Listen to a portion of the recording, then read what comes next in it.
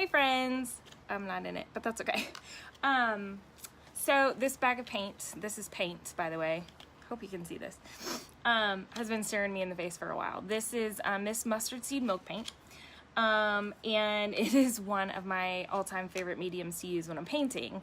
However, it tends to intimidate people because it comes in a powder form instead of a traditional can of paint. Woo.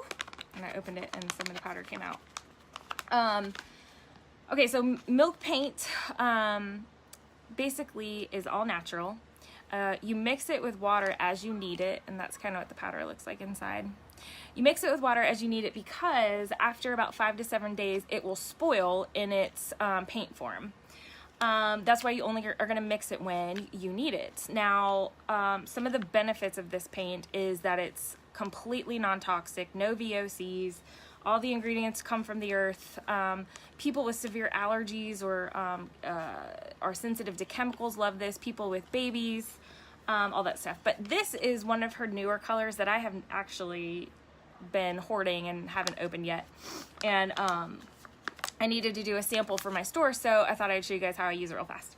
Okay, so I usually always start with a 1-to-1 ratio. Now, the 1 part could be anything that you have. The 1 part could be, I don't know if I should turn this or not. The 1 part could be a cup, it could be a teaspoon, it could be a tablespoon. This is 1/8 of a cup, whatever. It just really depends on how much paint you're gonna need to cover your surface. So I'm gonna show you how I mix paint when I don't need a lot. My favorite way to mix paint is, for milk paint, is actually in a blender.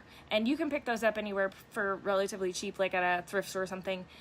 Pick one of those up. It's the best, fastest, and it blends the paint the smoothest.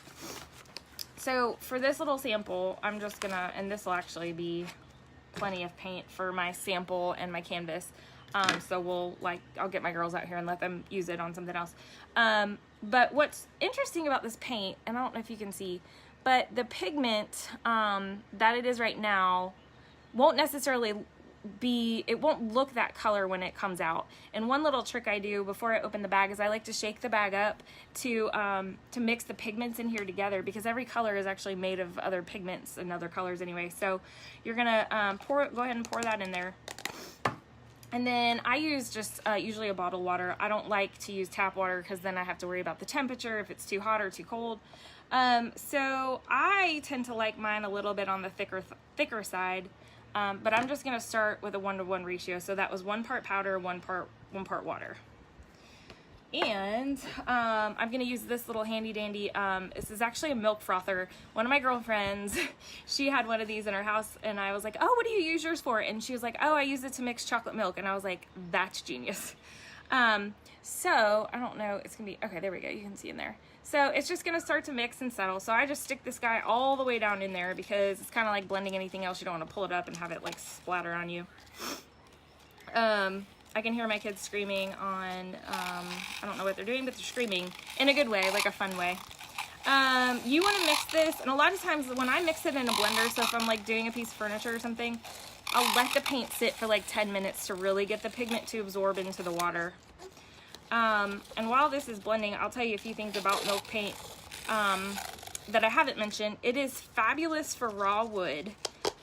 This paint is going to absorb into raw wood better. It's kind of like a stain wood, so it's going to become part of the wood. But we're not always working with raw wood, and that's fine. There's other ways to get it to absorb really well or adhere really well. So we're going to mix it up, and I like to always think of it as being like a heavy whipping cream consistency. You don't want it so thick that it's like a icing. That's too thick. Another cool thing about this is you can really make it as thin or as thick as you want. Depending on, you can layer colors really easily if you make it thin. I'm super excited about this color. I don't know about you guys, but when spring hits, I'm like wanting to paint everything. And I'm sorry, my allergies are going nuts. So the other thing about milk paint is you're going to want to use a natural bristle brush. Our synthetic bristle brushes, which is like what we use for house paint and chalk paint and things like that, they won't actually, the paint won't absorb and stick onto the bristles like we want. So it just kind of like falls off.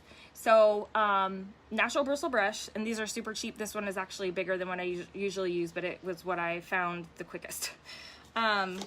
So one of my favorite things, of course now I can't even get in the cup.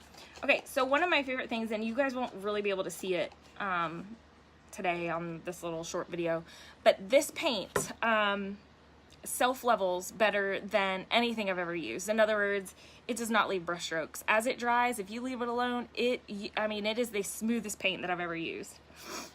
And actually, that's why a lot of people kind of gravitate to it that have been educated about it. So, oh, I'm so excited about this color. It's kind of like a blue-gray. You want to make sure you get it blended pretty well. If you don't blend it well, you'll see chunks of paint in there, and you'll know that it's not really blended that well. Which if you see that, it's not a big deal. I usually just stop and then start blending again, and then letting it sit for a few minutes really helps. So I'm painting this on a little canvas because I had it out here. So this will absorb really well into this porous canvas. But if you were painting a piece of furniture that had like a high gloss or a sheen on it, you would notice one thing that's very different. And it would actually give you, if it's got an oil or a sheen or anything like that on there, what's going to happen is it's going to want to chip off, kind of like this up here. I love this look. It's so funny. People either love it or they hate it. It's kind of like a farmhouse look. There are ways that you can force this look. There are ways that you can control this look. I'm not going to get into all that. But this can happen if you just blend your paint and paint on a high sheen surface. Now, she does sell what's called a bonding agent, and you can just simply add that bonding agent into your paint, and then it won't chip if you don't want it to chip. But that's for another day. So anyway, that is, I'm just doing this for my sample board at Homespun, at my store, or my booth in Homespun. So that's milk paint in a nutshell. I haven't used it in a little bit, just because I haven't been doing nearly as much painting, but it's literally one of my most favorite paints that I've ever used. So anyway, I hope that that somebody out there somewhere might have enjoyed my little milk paint.